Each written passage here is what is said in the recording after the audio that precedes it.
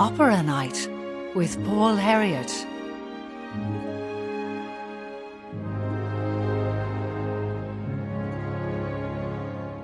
And now we go to the stage of the National Opera House for Wexford Festival Opera Live, presented by Paul Herriot.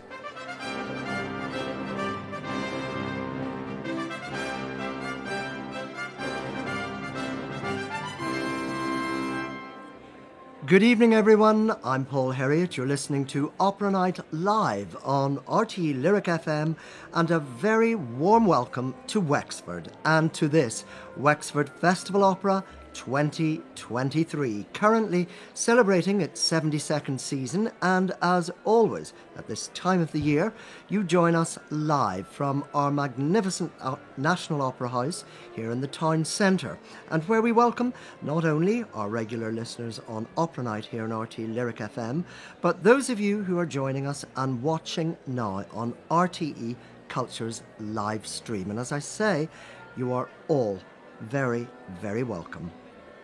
Well, during its run over a 2-week period this year, this celebrated festival has certainly lived up to its reputation as a truly international event, with another quite extraordinary programme, and one that reflects perfectly the range and variety for which Wexford has become renowned the world over, presenting, as we like to say, some of the very best operas practically never seen, or at best rarely.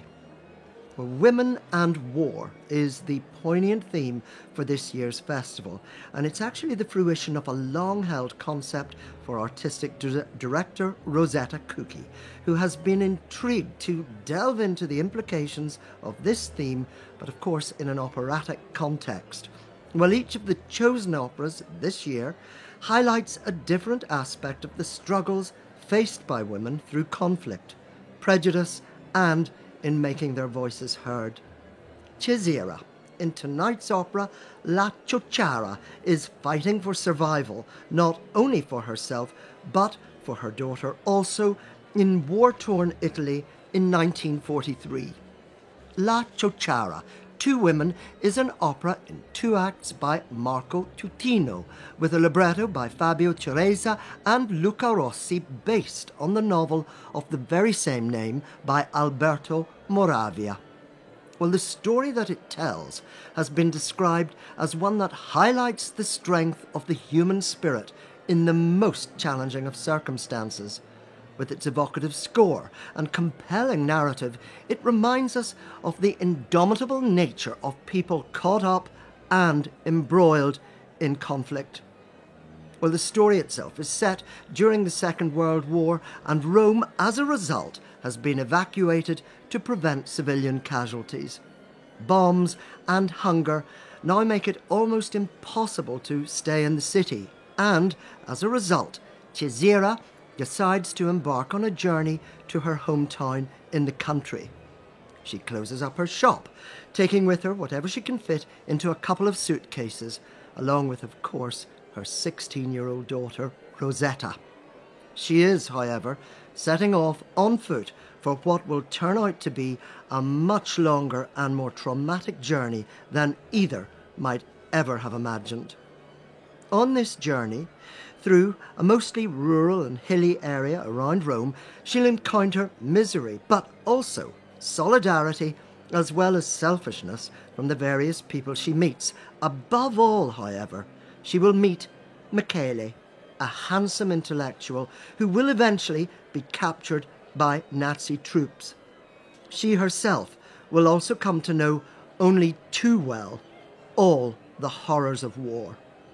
Raped by a group of passing Moroccan soldiers belonging to the Allied forces, Cesira and Rosetta will be challenged in almost every aspect of their approach to conflict, humanity, and of course life generally.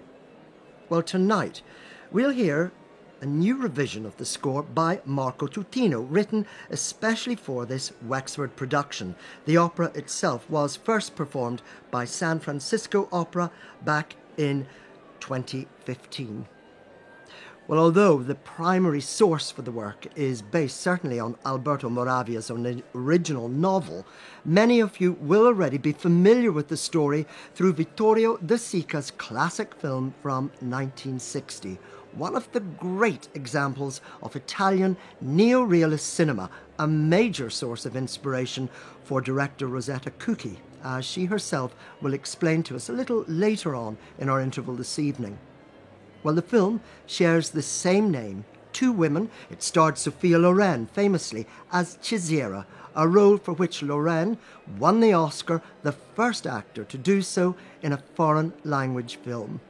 Well, indeed, Vittorio De Sica himself appears on the stage tonight as a character throughout this production, but an almost invisible part of the narrative, and it is his involvement and imagination in making that original film that forms the prism through which we ourselves will view the whole experience. Was sung in Italian, our cast this evening sees Nama Goldman in the role of Cesira. Jade Phoenix plays her daughter Rosetta.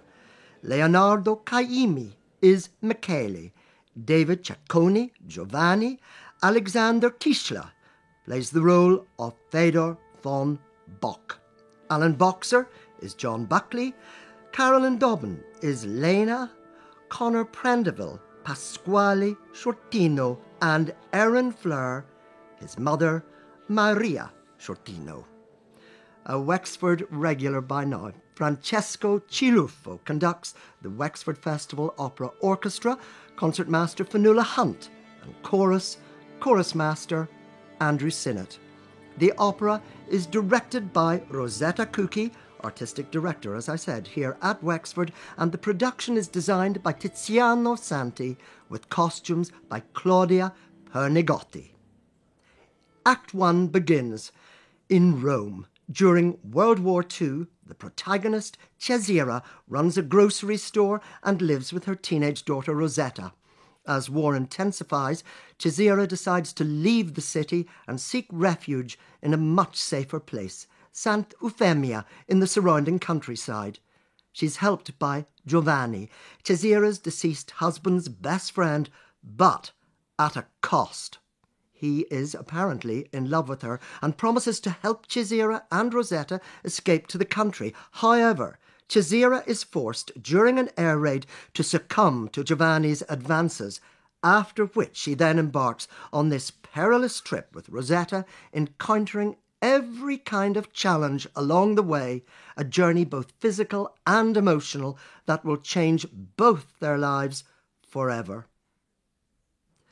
Well, the applause that you now hear is for musical director Francesco Ciruffo, who now takes his place at the podium, and as is very much the tradition here at Wexford, and before the curtain rises for the opening act, the audience will now stand for the national anthem, Aron Naveen.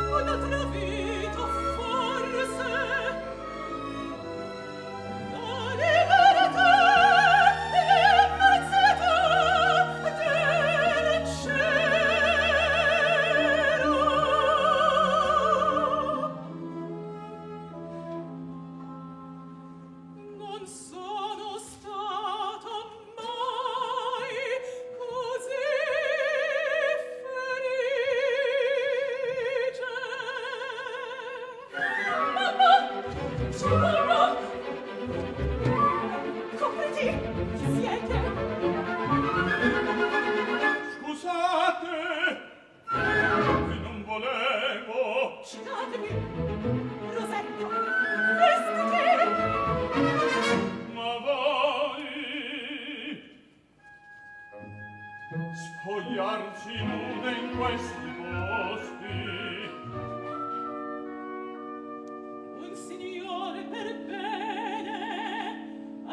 e chiuse gli occhi.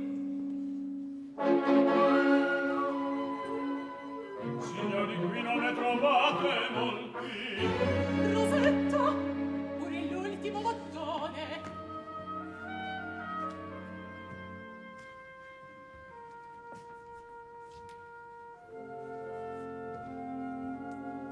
Vostra figlia? Sì. Rosetta? E poi? Che mi porta? Cesira. Michele?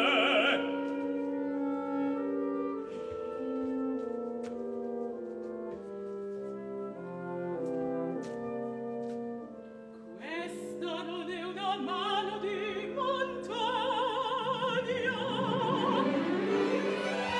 Sono un maestro sfollato a Sant'Eufemia. Ci sono nata e vengo a ricordare come cambiata. Avete qualcuno che vi aspetta? No, i miei sono morti presto. Dunque non sapete dove stare?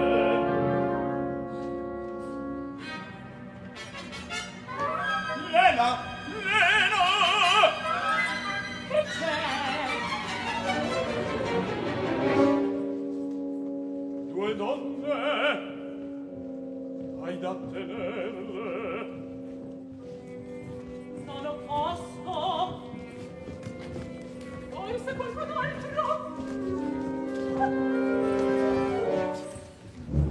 Sant'Eufemia, siamo fin troppi, ci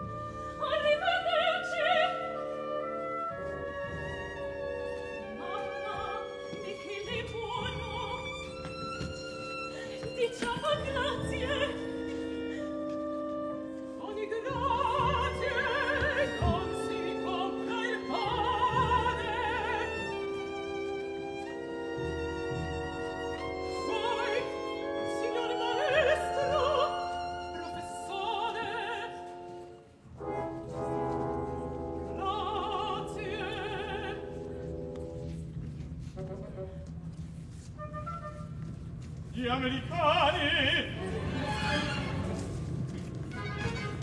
Gli americani!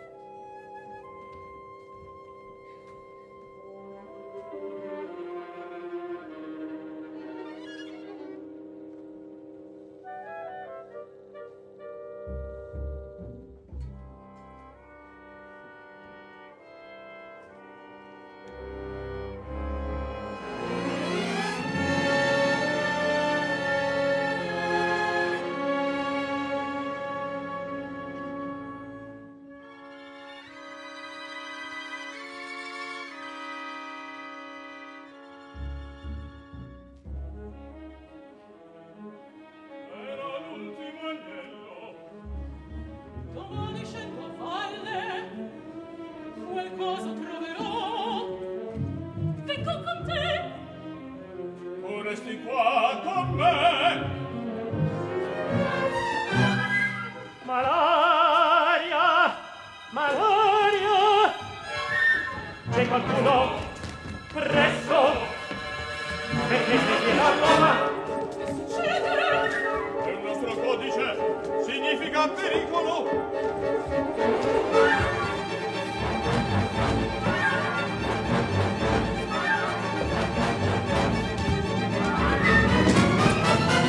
Help! Help! I'm wounded! Aiuto! I am American! Intelligent Hackney! USA Court!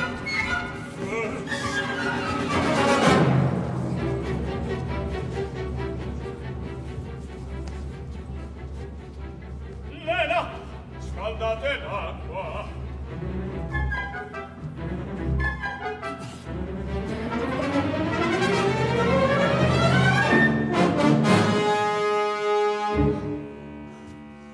Che fate lì?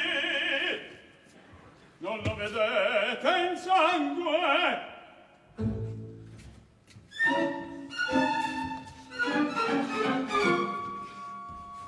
Michele, lo sapete, il bando è chiaro. Il bando è chiaro. Pensate fatti vostri!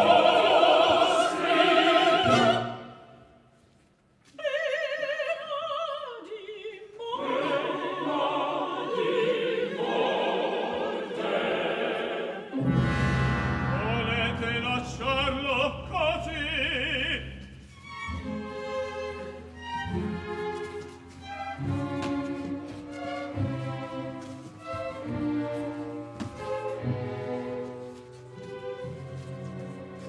È tutto chiaro? Fin troppo. Non ho visto nulla, non voglio sapere, la mia casa. Non voglio sapere,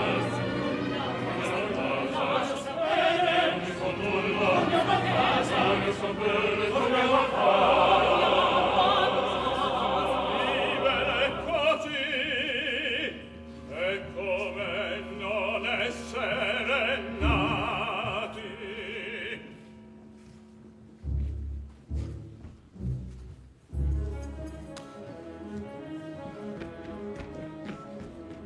Mamma, zitta! Riempi dell'acqua!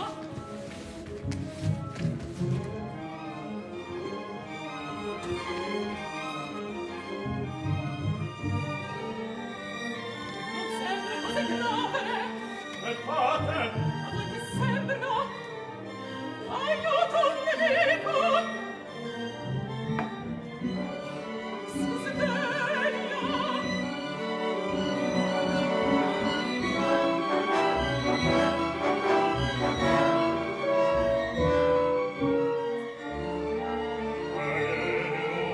Crash! Parachute! Io deve andare su!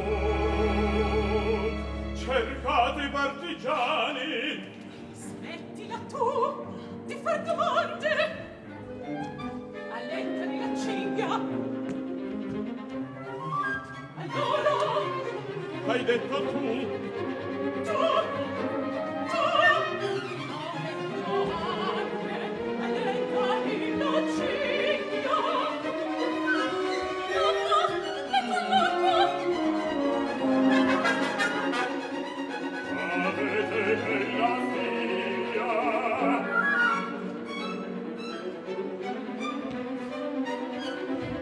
Juliet, my daughter, soltanto 16 anni.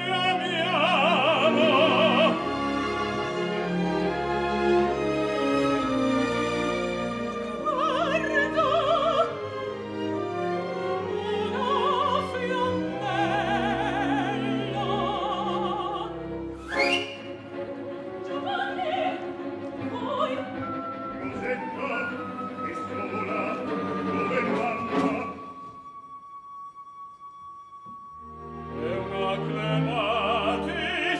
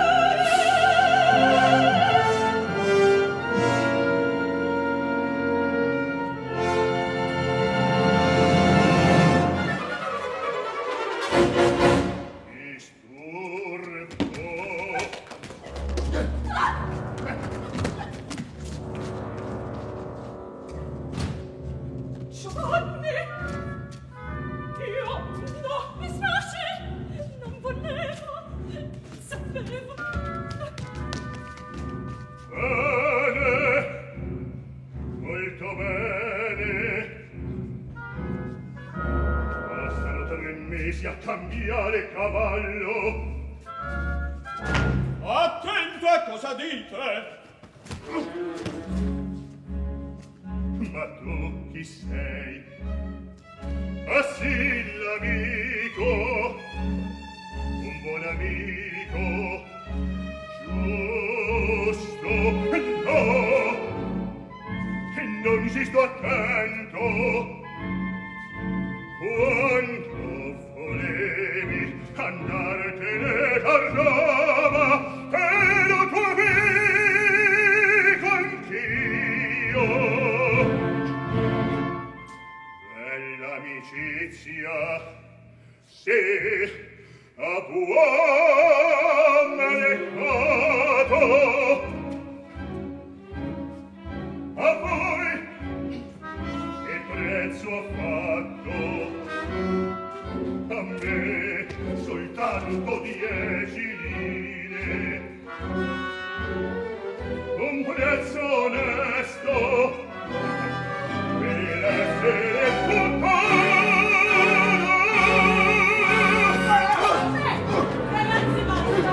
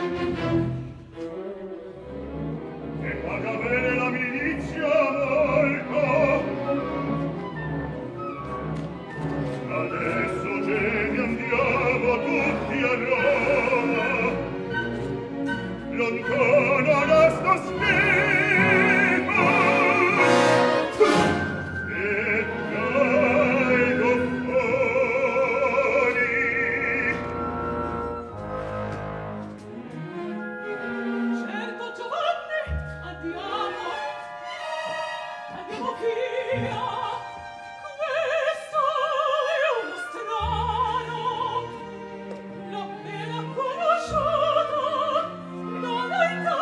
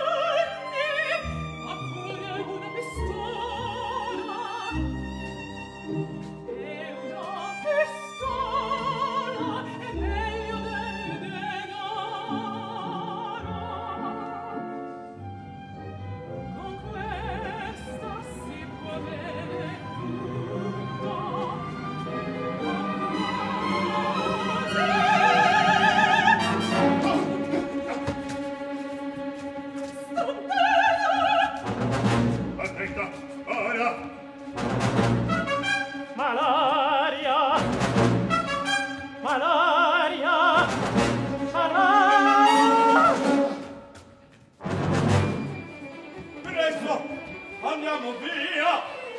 Arrivano i tedeschi! Prima fuori! Stoppate!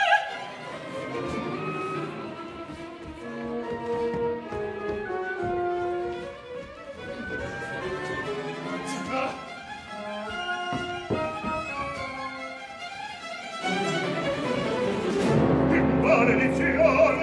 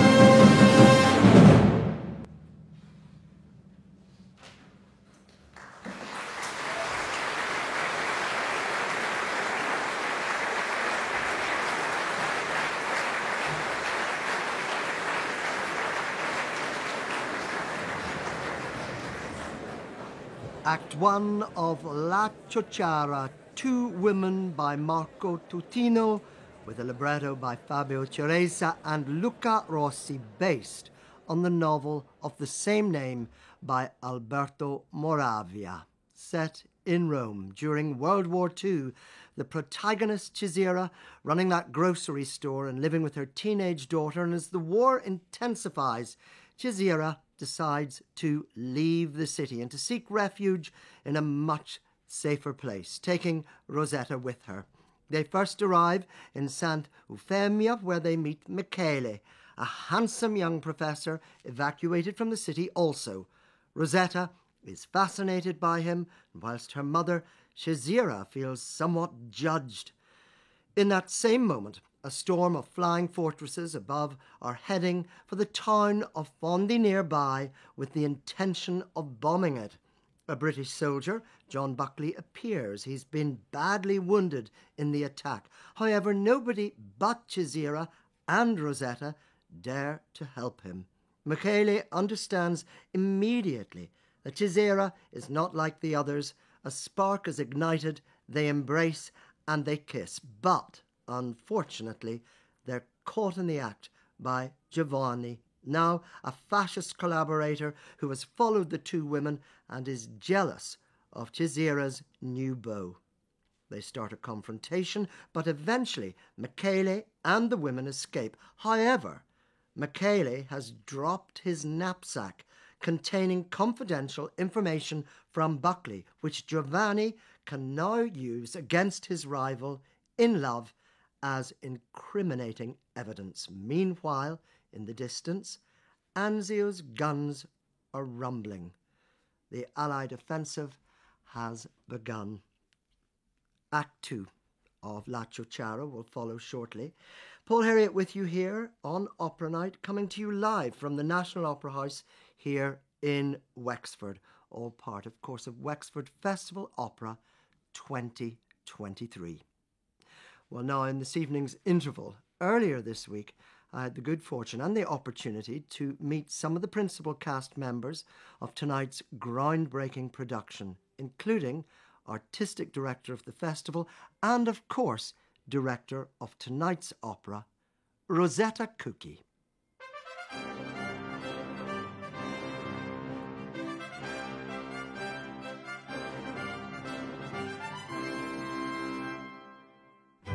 You're listening to Opera Night on RTE Lyric FM.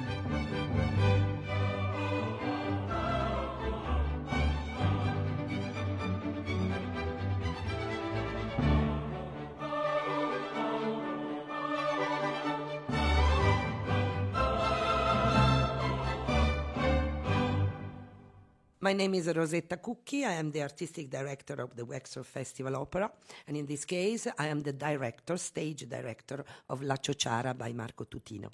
The operatic version of La Ciociara, the iconic film for many of us, I think it's fair to say, even more so than the novel. Yes. Vittorio De Sica's very iconic film from the early 1960s, the one that set Sophia Loren on a path to international fame, but not as a film star, as a quite extraordinary actress, no question about it. This is an extremely difficult subject for an opera. It's not an easy listen in any way. Well, I fell in love for La Ciociara. First of all, for the movie. Vittorio De Sica was a genius. I was the master of the neorealism of those periods in Italy. And by that neorealism, it's worth pointing out what that really means is, or what I gather, is that it was almost films done in a very different way, not with the whole sort of artifice of Hollywood, but almost as if they were documentaries. Yes, showing the reality. Showing to a public that in the 60s weren't used to this, showing the reality. We were just out from a war that was a destroying war in our country, especially, for many reasons, as you know. But Vittorio De Sica, Rossellini, Federico Fellini as well,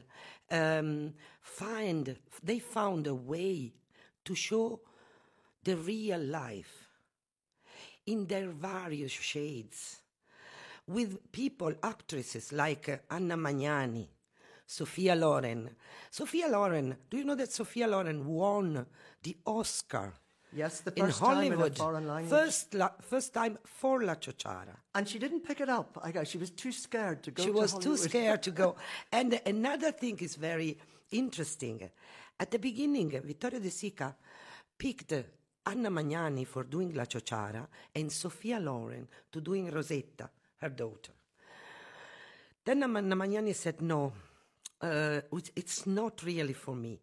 And this was the reason, because Sophia Loren passed to do the mother, and Rosetta was the brown, a girl that at that time was 15. So the story is about those two women that try to survive the aftermath of the Second World War in Italy. So you can see everything. You can see them going from Rome to Ciociaria to save themselves from the bombs, and then finding that the allies that arrive are not really what they were expecting, at least a part of the allies. And at the end there is this rape of both of them. That is so terrible, but it's so true. In Italy, 60,000 women were raped by the Moroccan French soldiers, and this is a fact. So, as you can imagine, this opera was the perfect match. This movie for the perfect match for my theme. But then I found this wonderful, wonderful opera done by Marco Tutino, commissioned by San Francisco Opera in 2015. So first of all, I asked myself, are the public in Wexford ready for a new composition? When I listened at the opera, I said, yes, this is the right opera for Wexford, because it's tough, but it shows tough issue with the gently hand, giving a music that is so passionate and so moving and so cinematic somehow. It's interesting you should say that, because I've always felt that about you. The first opera that you did was Resurrectione. I very often come back to it. And it made an impression on me in so many ways. I didn't know of Alfano before. I remember the music. I actually remember aspects of that score quite well because I saw it quite a few times you were working. But the one thing that struck me about your work immediately was that you have, it seems to me, a very cinematic vision and sensibility. For example, in that opera, with your designer, you were able to recreate something that I felt was akin on the stage to Dr. Zhivago or something. There were trains and snow blizzards and cornfields and sunsets. Yeah. I mean, this is not a huge opera house, and the budgets are, they have to be contained, and yet it was vast. Of course, it's Tolstoy, good subject. Yeah. So I can't wait to see how you're going to... But I imagine it's going to have a very different feel being neorealism as opposed to... Well, yes. And I don't want to spoil this because I hope the people will come. But I want to say something. I was so moved by the movie. Then I decided that my concept, as a director as well, was to quote a director, probably Vittorio De Sica, that is in the set just before the first take. And in his mind, every scene is taking shape. So you're looking at it through the director's prism. Yes. A director looking at the job that you're doing through another director. Yes, exactly. And every director has an inspirational muse. And it will be that one that for me is the war, is the violence. You know, every artist that approach a work to do has to be inspired. And in this kind of, of stories, so hard, you need to be inspired by the violence that comes from a war, by the war itself. So this will be what you will see. I also see it, Rosetta, as something of an homage to your homeland, to your culture, but presumably like a foreign language film, something that is unique within the culture of Italy, but at the same time, absolutely universal. Absolutely universal. Bravo, Paul. This is what I want to express in this choice, that these stories are universal and are worth to be heard and seen. Well, I think you're the one for the job, Rosetta, definitely. Going on track record, it's a very enticing prospect, and I think we can't wait to see it. Thank you so much for taking time out to give us a little insight without actually spoiling the story that awaits. Well, the story is, as I told you, Cesira and Rosetta are mother and daughter alone. They have a shop in Rome, but the bombs arrive. So they escape, and this is a journey to arrive from Rome to Santa Eufemia, which is in Ciociaria. Ciociaria is a region, a part of a region. Sort of not around Rome, isn't it? Going into central Italy? Yes, it's very close to Rome. In the landscape, there is Ciociaria, that is made by hill. It's a beautiful place. And you will see that between one scene and the other, there will be some transitional music that we feel making a movie. So we made a movie with the singers in the landscape beside Wexford that looks like so much Santa Eufemia. This will be something that you will see. But then they go there, and they will experience the selfishness of people, because during the war, people are selfish. People want to save their life. Yes, it's the survival instinct. Exactly. But the great things of this opera, on the book by Alberto Moravia, is that the journey that every character does in their own way. So Cesira, the protagonist with Rosetta, Cesira is a selfish woman at the beginning. She's trying to save herself and her daughter. Then, during the path, she will change. She will understand that generosity is something that pays back.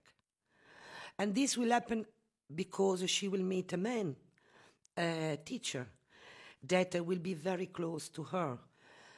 Then there are other people that are not so close, and they will spy against her daughter, and this man, and the German people will arrest them, and then they will pass through a lot of problem, a lot of terrible times. Then when she's going to come back with her daughter, this Moroccan French soldier stopped them. And this is a wonderful scene, because Marco Tutino did a double scene. Meanwhile, there is the interrogation of Michele by the German. In the other side, there is the rape of the two women. And for me, it's a kind of emotion that grow up and grow up and grow up. For me, it's amazing. It's been a great joy to direct this opera. La Ciociara is another collaboration with Francesco Ciluffo.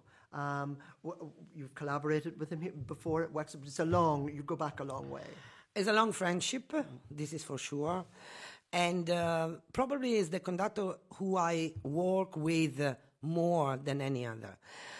I nominated principal guest conductor here because I think he's a very talented man and very clever and intelligent musician.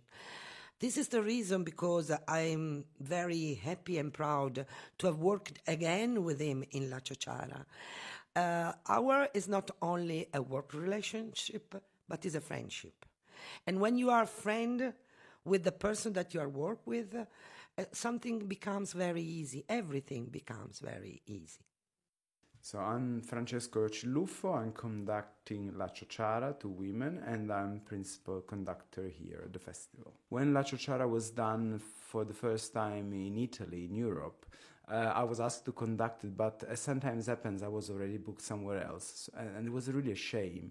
So I was very happy that we could actually bring it here, and I think we made something really special, and I think what we did, and because we've been working together, Rosetta and I, since 2011, and in fact we met with an opera by Marco Tutino, a small actually chamber opera called The Servant. The cinematic language that La Ciociara, the movie, is, belongs to 1960s, and that's a stream called neorealism in Italian cinema history. What is really interesting is that everything about that actually looks back at the operatic language. So in a way, I feel that with Ciociara here we come full circle, because something that was inspired by opera became a movie in the 60s, and now an opera inspired by a movie that was inspired the operatic language is here. I think that's what makes it really powerful. There's a full circle, there's a full connection there. In fact, Sophia Loren, of course, is world known as a wonderful actress, but she's very, very close to the operatic world, so much that when she was younger, compared to when she did Ciociara, she did actually a cinematic version of Aida by Verdi in which she was just lip singing to a recording that, of course, she didn't make. Like was this an Italian film? It was an Italian film, and it was like a kind of a Cecile DeMille operatic adventure. I'm sure she must be not that proud about that, because that shows very much the sign of the time. But I think it connects you with what it means for the Italian audience and Italian artists generally to go back to the language, the gesture of operatic word, because those were not as far removed from reality as we might think today. You rightfully said before that, of course, the subject of war is a very present one in the opera, and of course, we live in a moment in which, wars is everywhere. What I think one of the many great messages that comes through with the opera, and I think that's what the audience respond to, is that the real tragedy of war is just that there's never one completely, innocent side to it, and you can never know, like the moment violence and war is there's no winners. And I think this is particularly poignant in Ciociara, because in a way the relationship that the two women, that the mother and daughter, have with war, and that actually is amazing how that comes through the score as well. It's at the beginning a very distant relation. I mean, of course, they have to kind of move out of Rome, but war is something that brings money through the black market to the Cesira, so she's quite happy about war itself. The tragic of the story is that just when the Allies arrive, so in a way they are safe, that's when the war happens. That's when they are raped by a group of soldiers who are actually with the Allies. So in a way, the irony of it. I think so. And that's what is incredible. So that just shows you how many horrors of war is there. And I think at the end, when there's the lynching of Giovanni, the evil kind of fascist character who just turned into an American lover because after the end of the war, when there's the lynching, Cesira stops the lynching, say enough of violence, enough of blood. She's not asking for more. She says, if we have learned something now, is that we have to rebuild everything together. And the message of great hope, of resiliency that is there, for me as an Italian, is also very much connected to Sophia Loren, because when we had the pandemic in Italy, and Italy was the first country in the Western world to experience it in a most terrible way, Sophia Loren recorded the message on TV that was broadcasted daily in Italy, in which she was really appealing to the great strength of Italian people as a people who has gone through so many horrors in the history. And for us, to hear that voice talking about that, we all have these images of her in this movie like Ciociara. So I think it's incredible how things are really so interconnected. My name is Naama Goldman. I do the role of Cesira in La Ciociara. Naama, welcome to Opera Night on Lyric and to Wexford, of course, and thank you so much for taking time to come in and talk to us today. La Ciociara, the story of two women, a real extrapolation of the mother-daughter relationship at its rawest. As you said, first of all, we are in the setting of the Second World War. What I really appreciate about the story and about this opera, that it's bringing the focus on, as we speak of history, we always speak of the front, of the battlefield, of the leaders, usually men, and we always leave behind, so to say, the people who were left behind. We sort of ignore those people, but it's the majority of society throughout history. Usually it would be women and children. And those are the people who in fact survived and continued humanity after war. Those were the people who had to take care of continuing to live in this reality of taking care of the wounded, of surviving in starvation, in rape, in anything that wartime brings to society. And we usually tend to push them aside and not remember them.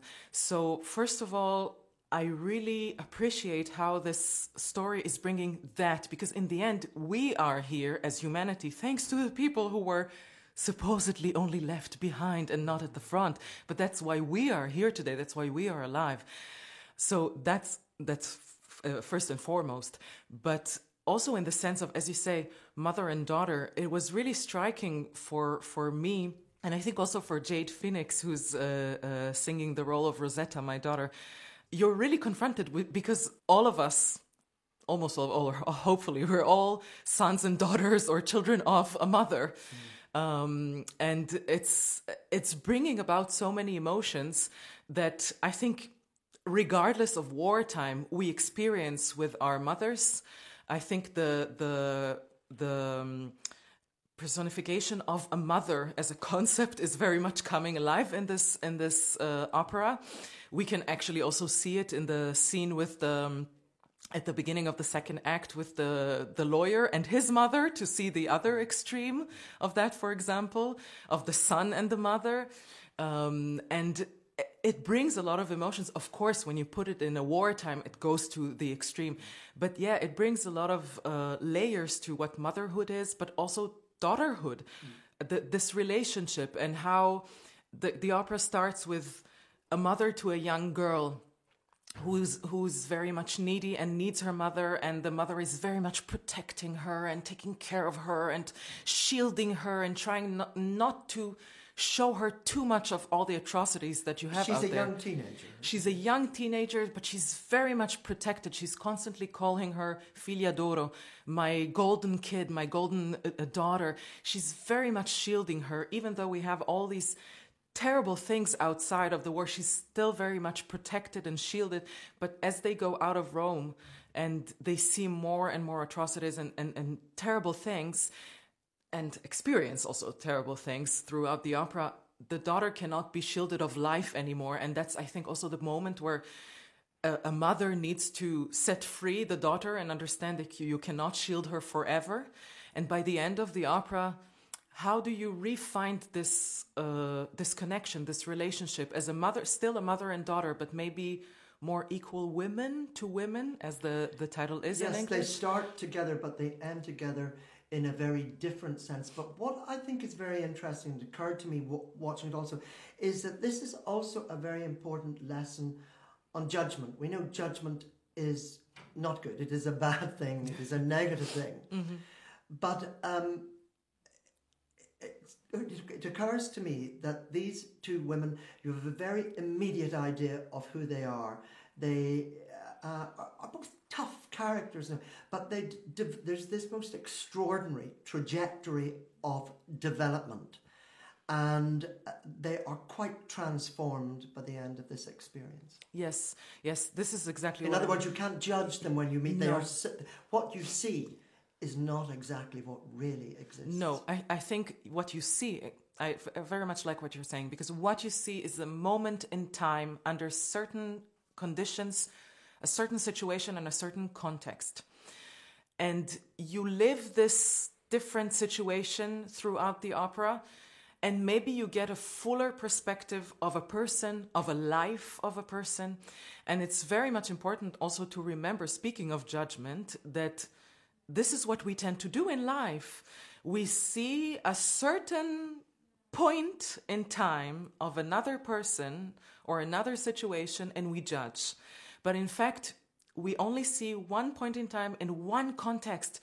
We are all complex human beings. We're all complex creatures. Our lives are complex. And we need to remember that. So I think this opera, I really like what you're saying, because I wasn't thinking about it before. It's very beautiful. It shows us that, we are much more complex than that. We cannot put judgment so easily. We need to see the full rainbow, and we'll never see also a full rainbow, but we need to remember how we wouldn't like to be judged on ourselves. Then we shouldn't do that on others as well. Absolutely. As I said at the beginning, it's a mother and it's a daughter. The roles are very clear. The mother is very much doing anything she can in her power to survive, to give a life to her daughter above herself. And by the end, after everything that they have experienced during this war, they both grew, they both matured, especially, I think, the daughter. At one stage, she turns to her mother and she says, you don't even seem to know who I am. And maybe you never knew me. That's what she says. Yes. Exactly. Because you could say on Cesira, on the role that I'm doing, is that she very much knows the risks of being a woman in a man's world. You could, maybe also from the movie, you could somehow understand that maybe it wasn't the first time that she was raped. It's not an easy thing, and it's dealt very beautifully here in the opera. Because in the end, we have to remember, I don't think there is one woman on the face of this earth who didn't experience in some sort a sexual harassment. So Cesira already knows. So by the time they have the rape scene, of course, it's an indescribably terrible experience. And what's also interesting about it is it comes from within. By that I mean not from the enemy forces or whatever. It actually comes from this rape occurs between the women and allied forces who have come to liberate them. Exactly, which is of course based on a true story that happened in Italy. Thousands and thousands of women and children were raped. It's really horrible. It's horrifying. So in a sense, you could say that Cesira, of course, you can never say that, but maybe already had to deal with a similar experience. For her daughter, it was completely new. This is a young girl who didn't maybe even know that she had sexuality of some sort. Well, she's at the cusp, isn't she? She's very much at that sort of turning point between being a girl and a woman. I mean, she's at that point. Exactly. That very difficult, challenging point in any woman's life. Really. Absolutely. And this experience is throwing her to the other side of defying her mother, of... which is normal and natural. Absolutely. But then by the end... they are really two women, as the English title gives here. They are not the daughter and the mother. They are really two adult women that, a daughter will always need her mother, but in a different way. Now she needs her as a woman. She needs her as a friend, maybe as an older, wiser woman who's already experienced more, but not as the shielding, protective mother. This is different now. Now she is a woman as well. And me as Cesira, the mother, also needs to accept that my daughter is not my little girl anymore. She's a full-grown, mature woman. And now I need to show her the wisdom of adulthood, the wisdom of womanhood. Hello, my name is Jade Phoenix and I will be singing the role of Rosetta in La Ciociara. Jade, I want to talk firstly about that relationship between Rosetta and Cesira, her mother. It's a very, very beautiful relationship and it's incredibly trusting.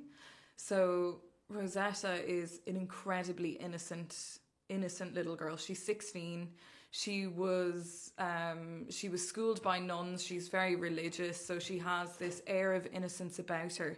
And her mother thought by guarding this innocence and by protecting her that the innocence would save her, but in retrospect it did the complete opposite, and it made her completely unprepared for the horrors of war. She hadn't a clue about the malice of men and the malice of humans in general and what they're capable of. She believes the best in everyone around her, and because of that she was too trusting in people. In the very beginning of the story, Cesira is a very hard woman. Her husband has been dead for many years. She's been a single mom who has her own shop in the centre of Rome. And, even in the book, she's quoted to say that, I hope the war lasts forever, because she's selling through the black market. So she sees the war as a profit until it's at her own doorstep and she realises the horrors of it. So I think for Cesira specifically and her journey through the opera, having Michele, who comes in as this beautiful, educated man who believes in humanity, he is the character of hope in this opera for me. He is the personification of it. My name is Leonardo Caimi. I sing the role of Michele in the opera La Ciociara. I think that he's a kind of friend, lover, father. He's everything for them. I think that I don't know if he started to be in love with Cesira before her. I think he started immediately to have a kind of father love for the child, for the little Rosetta. He take care of everyone, not just of them. Everyone come to him, go to him to say he's arriving something. What we have to do? What we have, and it's always Michele who stay calm. Don't worry. Even if the bomb are arriving. Sorry for my English, but Michele take care of everyone, and of course he loves both. He feels that he's a father and a husband of a family, and I think it's very, very good character. They are saying that the war is, sorry for this word, is shit, because when the soldiers are there, even if they are the good soldiers, the right soldiers, Americans and all the Allied who saved Italy, but in the moment that the war starts, it happened very terrible things for the poor people who want just to live.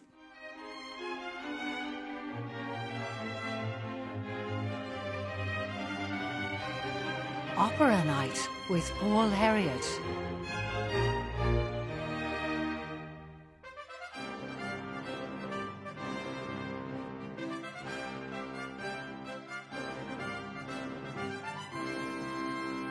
And my huge thanks to everyone who took time out to chat with me about their involvement with this groundbreaking production earlier this week.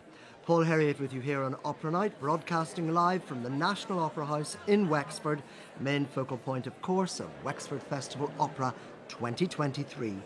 Women and their role in war and conflict is the main theme of this year's event, and time now for the second half of La Ciociara, Two Women.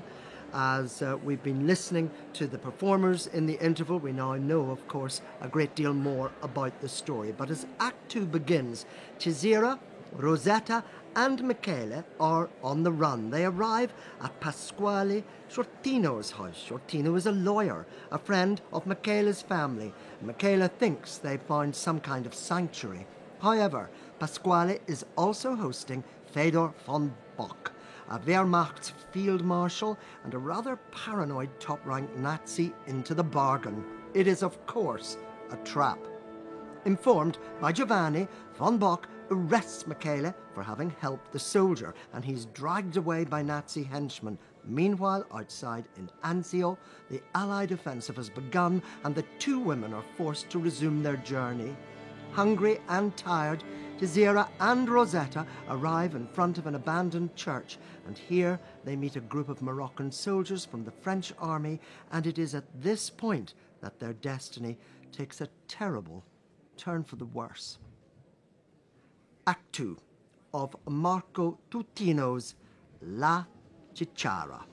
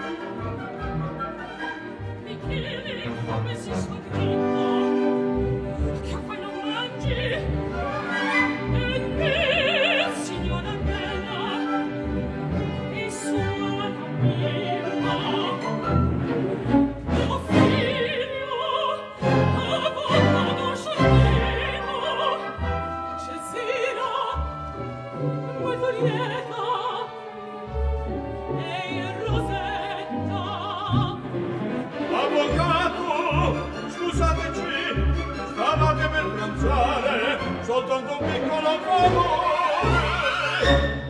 Sembrate stanchi, venite da lontano. Da Santa Eufemia qui ci vogliono 3 giorni di cammino. Perché non vi sedete? Abbiamo molta fretta.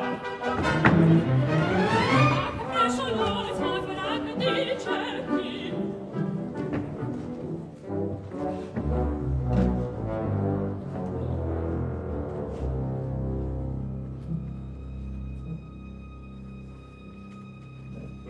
Freddolosa, freddolosa maggiore, il nostro ospite, il maggiore von Bock, è permesso per l'ottima cucina e l'avvenenza di Frau Maria Giortino.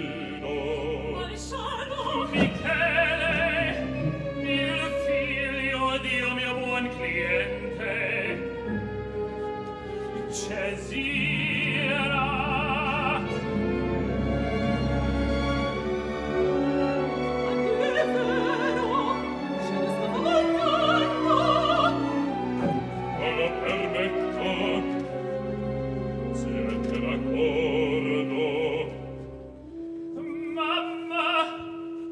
Pensate che mamma ma sicuro ho fatto la minestra di castagne, ce n'è per tutti. Che fate i panotti?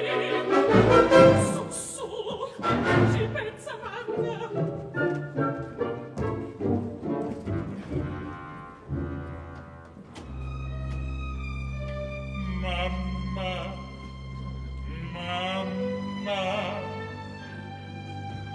E protegge e nutre e perdona sempre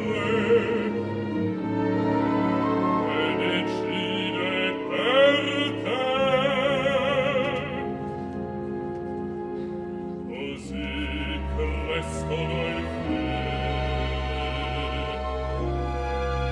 e non sanno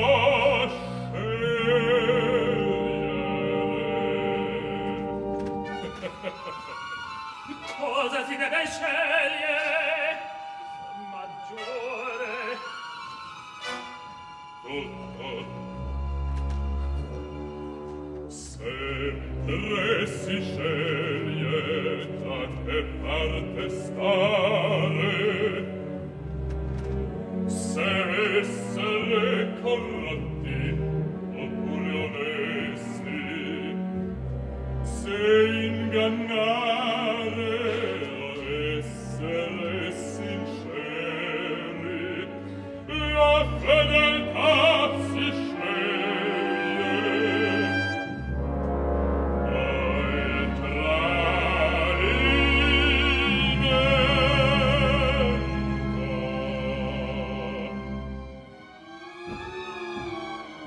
Ai e tu, Sciartino, cosa scegli tu?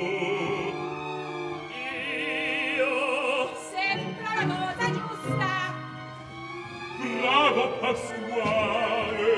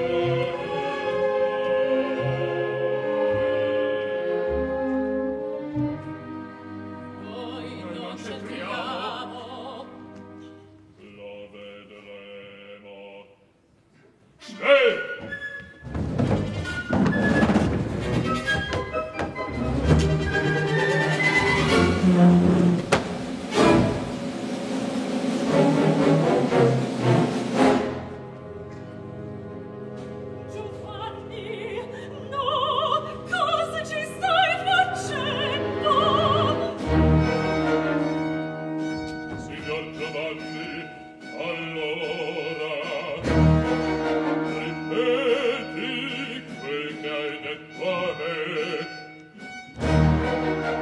La lettera che ho in mano è l'orologio. Dove gli altri amati qua dentro? E su, basta così. Sì, sì, il tascapane mio, l'americano, che l'ho salvato io, allora non hanno fatto nulla, me l'assicuro che nulla, che non glielo vede toccare.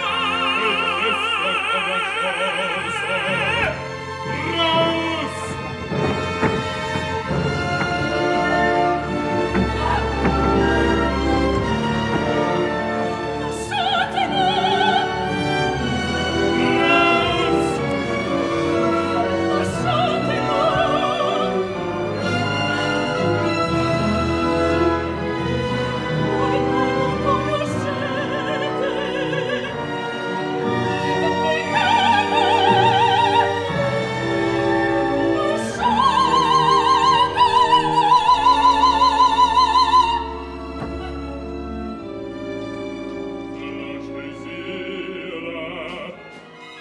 Rosetta, ti prego.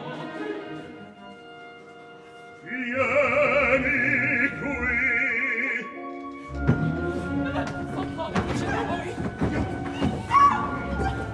Vedrai che torno, in qualche modo torno.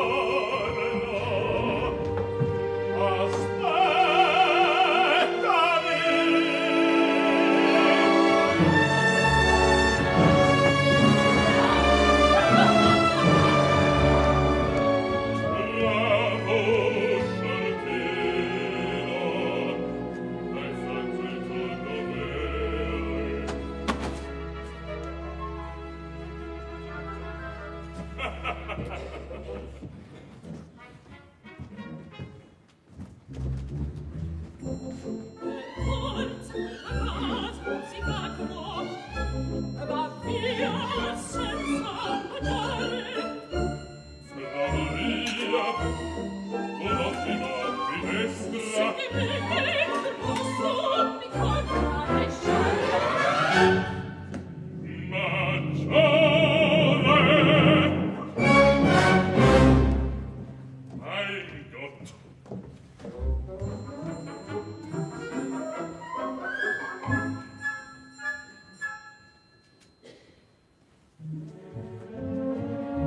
Signora Cesira, non credo che ci vedremo.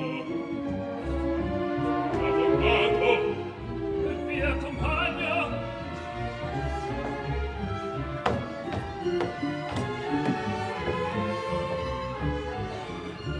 Giovanni, tu sai cosa fare.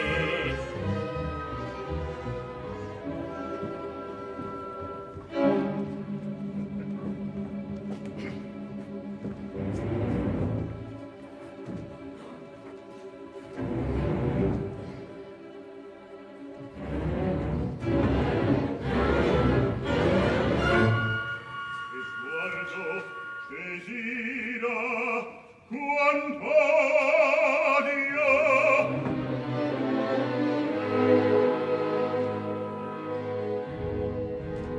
A Sant'Eufemia qualcuno sapeva di Giordino e Michele.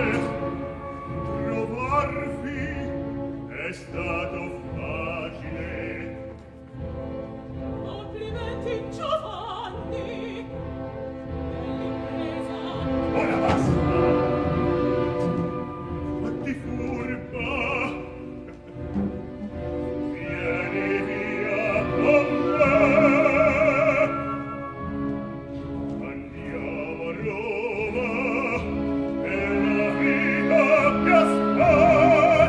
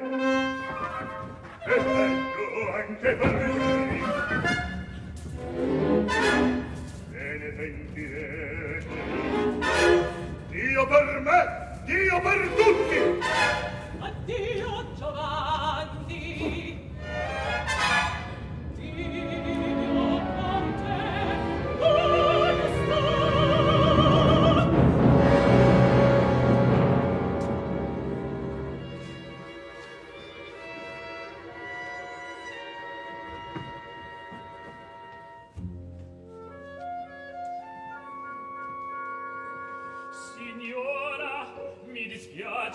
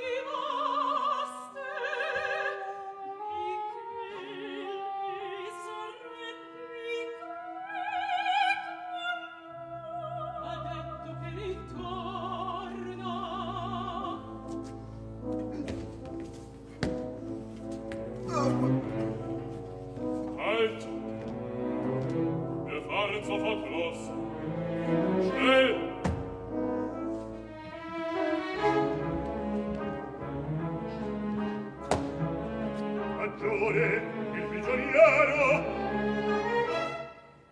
Scegli, Giovanni, la viva da morire.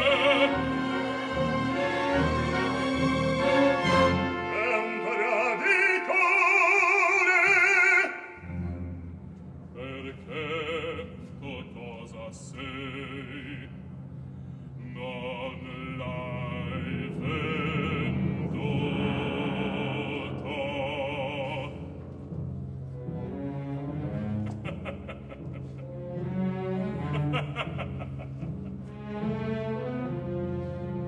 Scegli, scegli.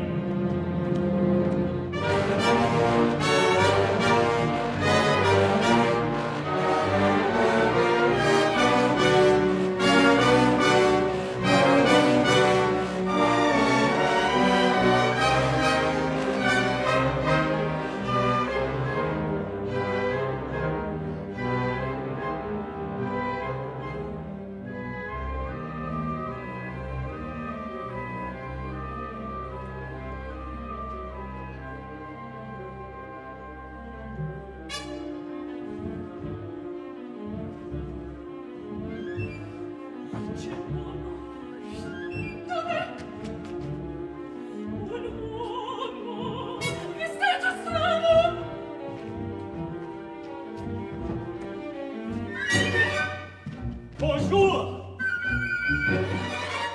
Bonjour. Bonjour, pas de problème.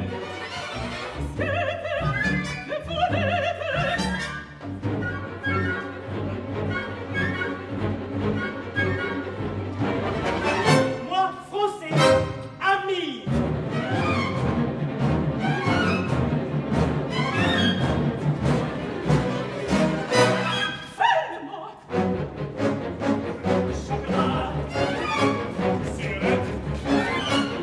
Chocolat, cigarette.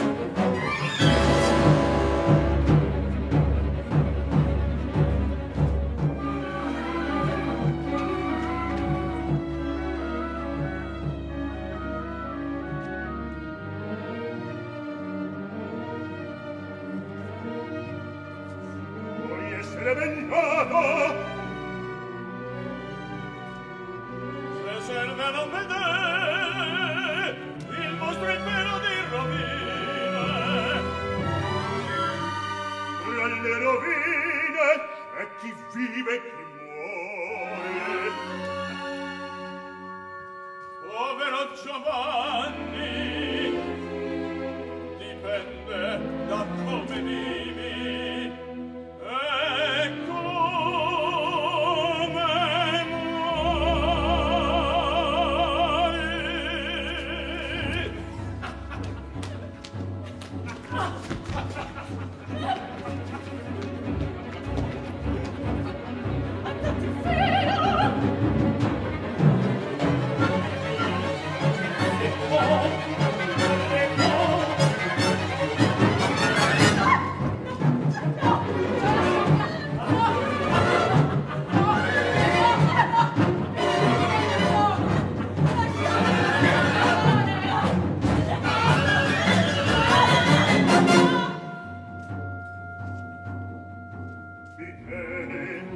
Ascolta,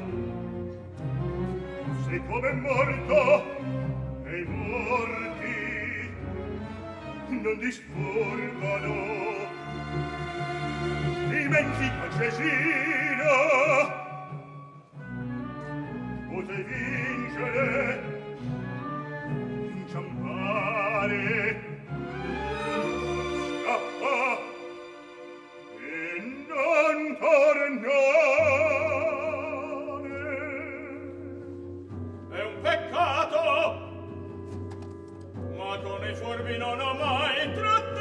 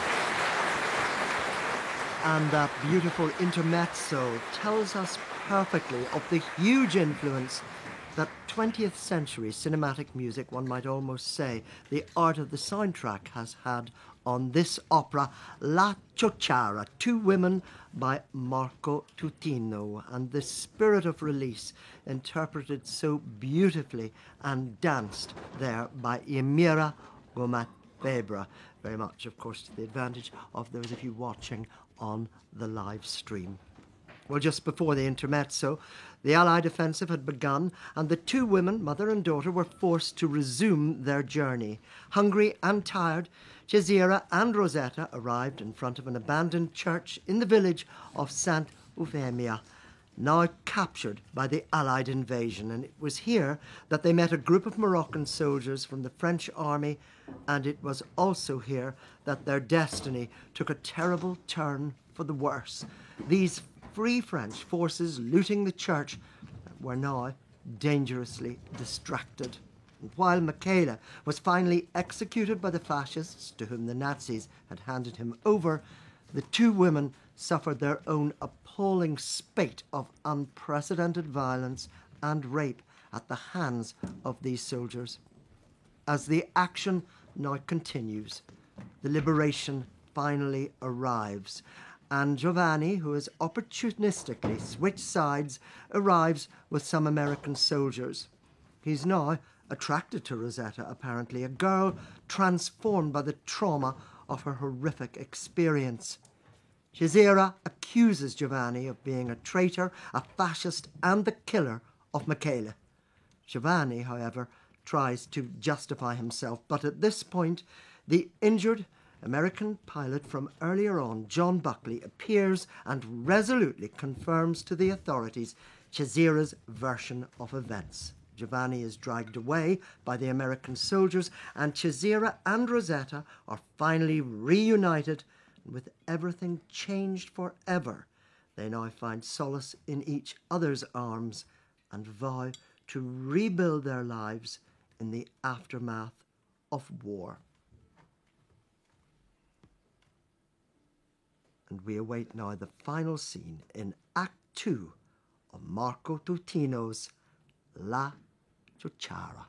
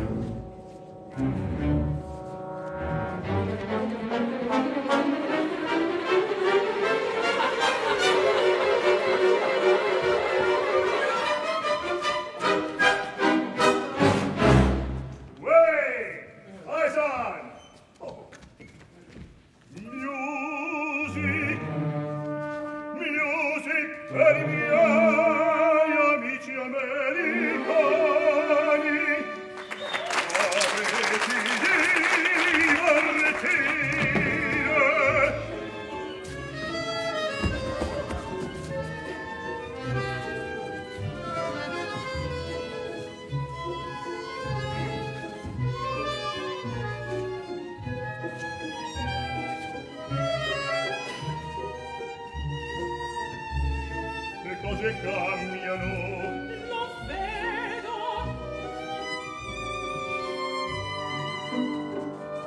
Lo sai, io vinco sempre. E sempre ti penso. Guarda qua.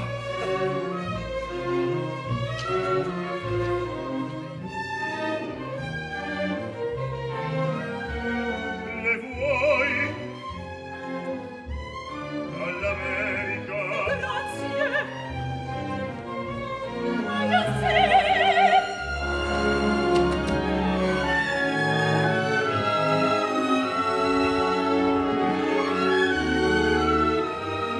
Rosetta, che fai?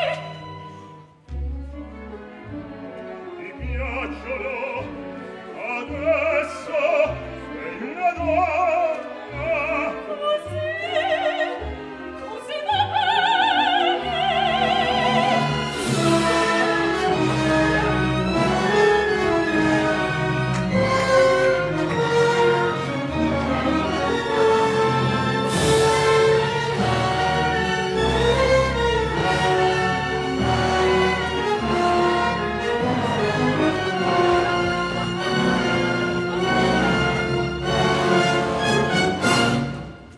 Tu che vuoi? Non mi toccare, faccio quel che mi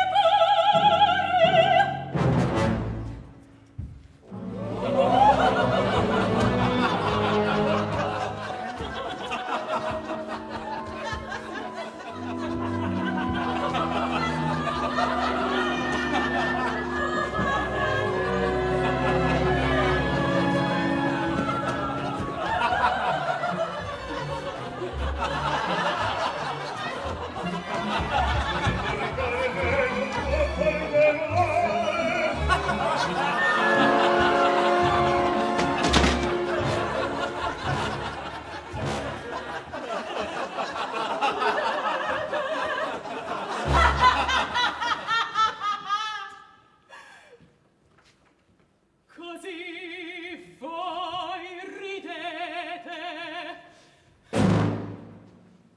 Ci vuole un bel coraggio. Spezzate, ferite, offese, stuprate. Dico a voi,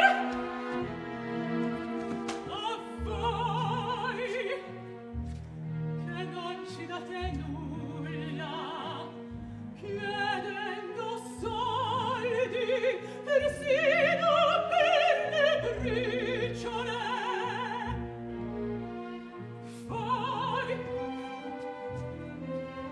rassegnati sempre a chinare la capa, lo sguardo spento di chi non sogna più.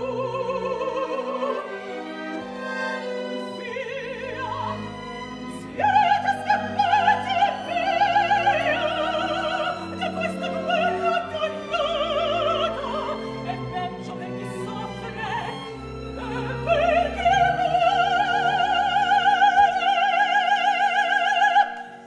eppure voi ridete. Se questa figlia me l'hanno rovinata, ridotta ad una cania, sfrecciata, impazzita, a voi far ridere.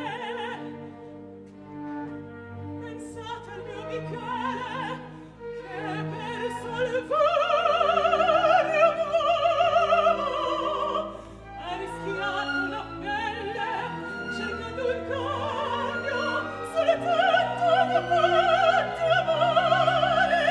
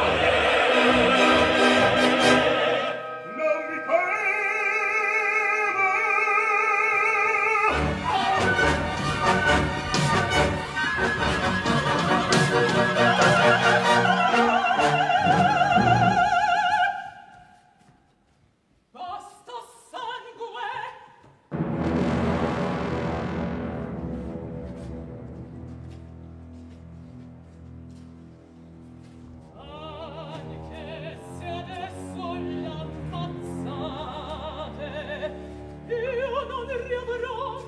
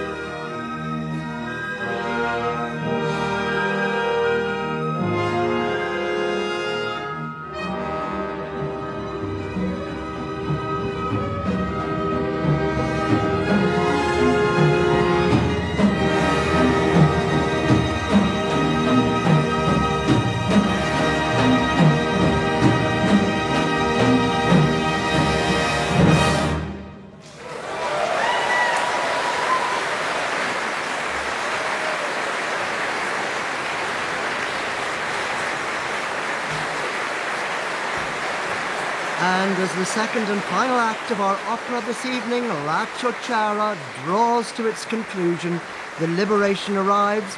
Hungry and tired, Cesira and her daughter Rosetta are finally reunited. They find solace in each other's arms, make a pledge to each other to rebuild their lives in the aftermath of war, and heading off to face a new dawn, their lives have been irrevocably changed forever. La Ciociara, an opera in 2 acts by Marco Tutino, with a libretto by Fabio Ceresa and Luca Rossi, based on the novel of the same name by Alberto Moravia. And those 4, some of the baddies in our story tonight, you might say, our Moroccan soldiers there, preceded by the chorus master Andrew Sinnott, take their applause from a packed house here in Wexford, who have really been absorbed, I think, in this very gripping piece. Along with the children, who added greatly to the atmosphere and the village life in Euphemia, taking their bow. And now Emile Febre, the dancer who danced that intermezzo, and a great sort of spirit of release in this piece.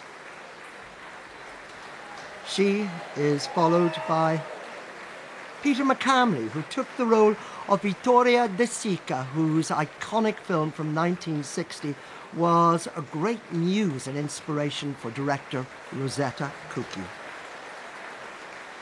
Julian Henao Gonzalez taking his bow. Erin Fleur, who brought Maria Shortino to life.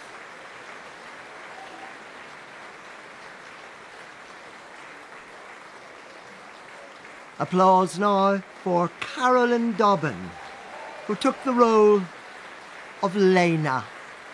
Lena, who became a loyal friend to Cesira at the end of our story tonight. And Conor Prendeville in the role of the timorous lawyer Pasquale Shortino.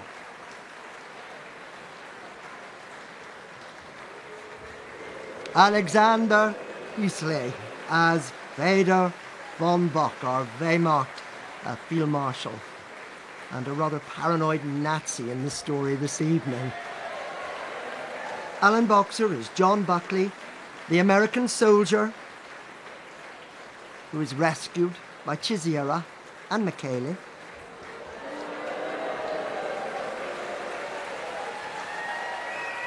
And David Cecconi in the role of the dastardly Giovanni. Applause now for Leonardo Caemi in the role of Michela, the handsome and empathetic academic friend of Cesira and Rosetta. Leonardo Caemi taking his bow, followed by Jade Phoenix in the role of Rosetta. Jade Phoenix there, carrying that very symbolic flaming flower that played its role, and offering it to Leonardo Caemi. And finally, of course, Nama Goldman, and an extraordinary performance in the role of Cesira. Tremendous applause for Nama Goldman, and an incredible performance as our principals now come to the front of the stage, and the entire house on its feet, roaring their appreciation for this extraordinary piece. And a very emotional reaction to this story set during the Second World War, and it's been described as a story that highlights the strength of the human spirit in the most challenging of circumstances. Applause now for Francesco Ciluffo, musical director this evening, familiar figure here at Wexford by now, applauding his orchestra and taking his place with the principal cast members, Francesco Ciluffo. With its evocative score and compelling narrative, this opera tonight, La Ciociara, has served to remind us of the indomitable spirit of people, and women in particular, caught up and embroiled in conflict the world over. Very much the theme of this year's festival.